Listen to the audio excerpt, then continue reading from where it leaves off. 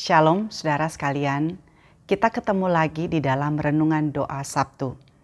Untuk Renungan Doa Sabtu di dalam beberapa minggu ini saudara, kita akan sama-sama belajar dan melihat beberapa bagian di dalam Alkitab yang termasuk sulit dipahami atau bagian-bagian yang seringkali merupakan kontroversi.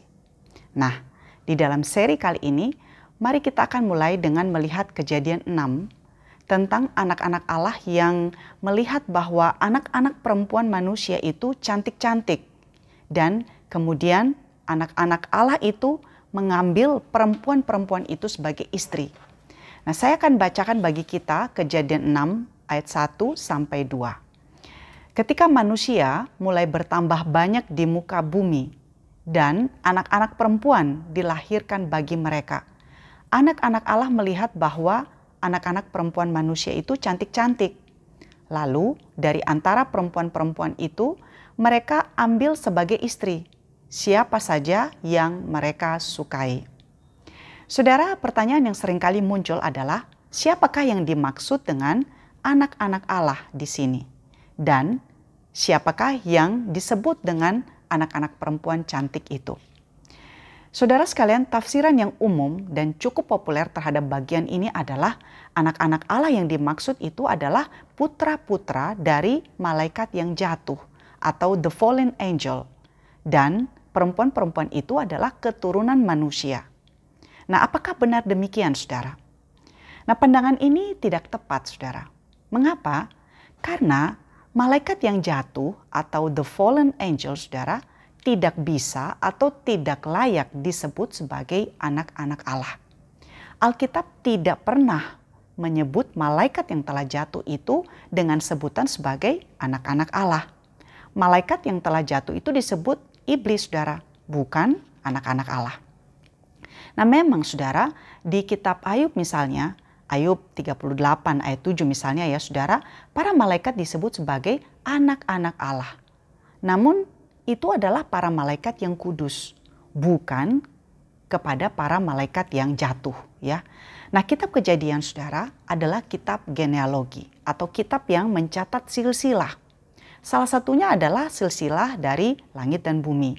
Termasuk kalau kita membaca silsilah orang-orang pilihan yang menjadi garis silsilah Yesus Kristus.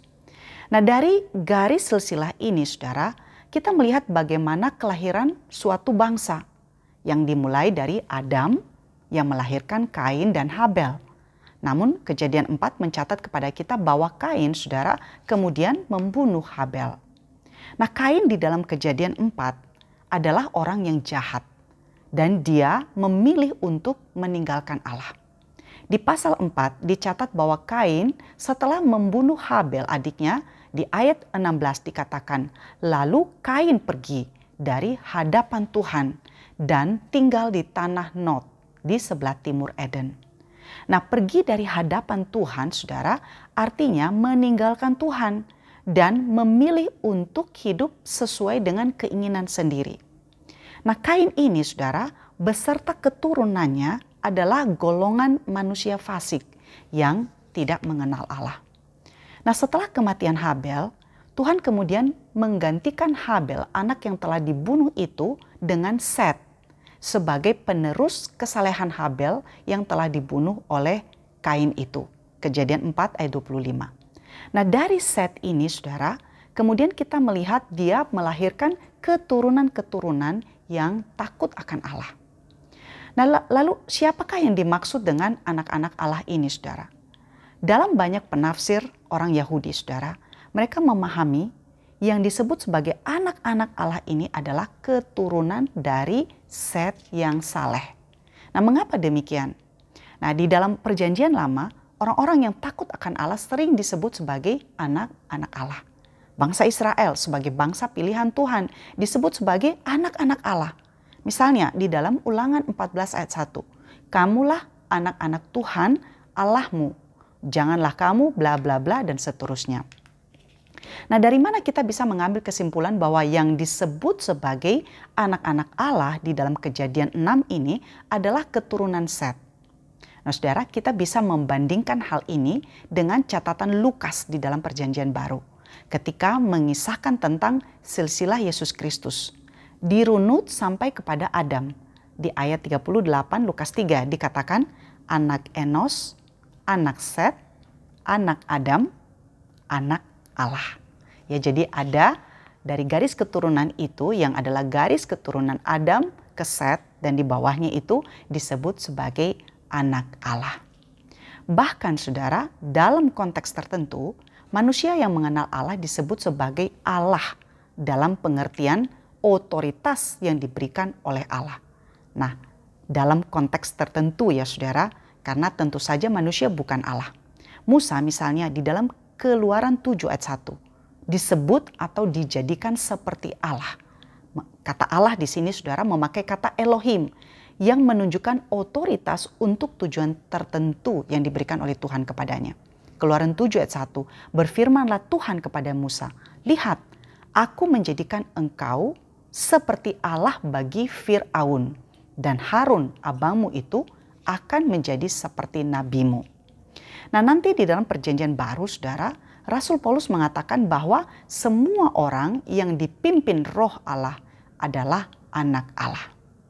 Nah, jadi sekali lagi, siapakah yang dimaksud dengan anak-anak Allah yang melihat anak-anak perempuan manusia itu? Mereka adalah keturunan dari Set yang saleh. Lalu saudara, siapakah yang disebut sebagai anak-anak perempuan manusia yang cantik-cantik itu? Mereka saudara adalah keturunan dari Kain yang tidak mengenal Allah. Nah, dari mana kita mengetahui hal ini? Sebagaimana catatan di dalam Kejadian pasal yang keempat, saudara, dicatat bahwa Kain setelah membunuh Habel pergi dari hadapan Tuhan dan tinggal di tanah Nod di sebelah timur Eden, yang menggambarkan kehidupan Kain yang memilih untuk meninggalkan Tuhan dan dia memilih untuk hidup sesuai dengan keinginannya sendiri.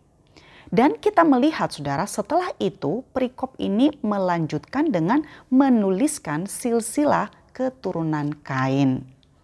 Nah, di antara daftar silsilah itu saudara, ada satu nama yang menarik, yaitu di pasal 4 ayat 22.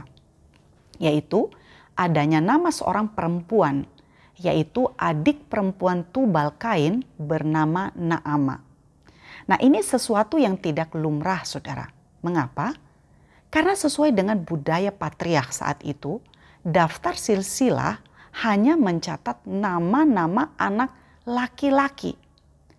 Nah, hal ini berarti bahwa kalau sampai nama perempuan dicatat, maka pasti ada sesuatu yang sangat penting dan menarik. Atau dengan kata lain, dicatatnya nama perempuan ini karena kelak dia akan memberi pengaruh yang sangat besar. Pertanyaannya adalah apakah itu? Saudara, Naama berasal dari kata Naim yang artinya pleasant, cantik, elok. Artinya adalah Naama ini adalah perempuan yang sangat cantik. Nah, lalu apa hubungannya Naama ini dengan Kejadian 6? Saudara, Kejadian 6 mencatat bahwa anak-anak perempuan itu cantik-cantik. Mengapa mereka cantik-cantik? Karena mereka punya leluhur yang sangat cantik bernama Naama. Perempuan yang cantik-cantik ini adalah keturunan dari Kain. Keturunan dari seorang perempuan yang bernama Naama yang disebut sebagai perempuan yang sangat cantik dan elok. Nah, jadi saudara, di sini kita melihat bahwa keturunan dari Set yang saleh tertarik dan memperistri para perempuan dari keturunan Kain yang tidak mengenal Allah. Sehingga apa yang dihasilkan saudara? Kejadian 6 mencatat bahwa hasil dari pernikahan campur ini, yaitu keturunan Set yang mengenal Allah, memperistri perempuan-perempuan cantik keturunan Kain yang hidupnya fasik, akhirnya menghasilkan manusia yang jahat. Ibaratnya seperti muara air yang jernih bertemu dengan air yang keruh, itu akan menghasilkan air yang tidak jernih lagi. Ia akan menghasilkan air yang keruh. Demikianlah Kejadian 6 ayat yang kelima mencatat, Tuhan melihat betapa besarnya kejahatan manusia di bumi, dan segala kecenderungan hatinya selalu membuahkan kejahatan semata-mata.